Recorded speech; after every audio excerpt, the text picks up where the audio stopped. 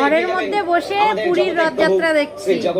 গতবার গিয়েছিলাম পুরীতে, কিন্তু রথের আগে যেতে পারিনি। রথের আগে গিয়েছিলাম, রথের সময় যেতে পারিনি, থাকতে পারিনি। তো এখন ঘরে বসে বসে টিভিতে পুরীর রথযাত্রা দেখছি। এইরকম দুই সাইড কিন্তু প্রচুর মানুষ এরপরে আসবে দেখার জন্য। আর যার ভিডিও আমি দেখছি, ওনার সাথে আমার ট্রেনের মধ্যে দেখা হয়েছিল, ওনাকে আমি দেখেছিলাম, কিন্তু আমি জানতাম না যে উনি এত বড় ইউটিউবার। আমার পাশের সিটে বসেছিল, ওনার সাথে আমার কথা হয়নি, কিন্তু উনি ব্লগ করছিল, তখন একটু কথা বলতে আমি লজ্জায় পেয়েছিলাম।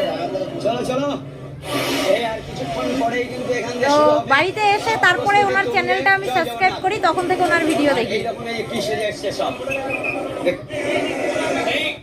এই করিডোর দিয়ে আমি এগোচ্ছি এখন। অনেকেই রয়েছে, সবাই অপেক্ষা করছে। এই মেডিকেল টিম কিন্তু কাজ করে চলেছে।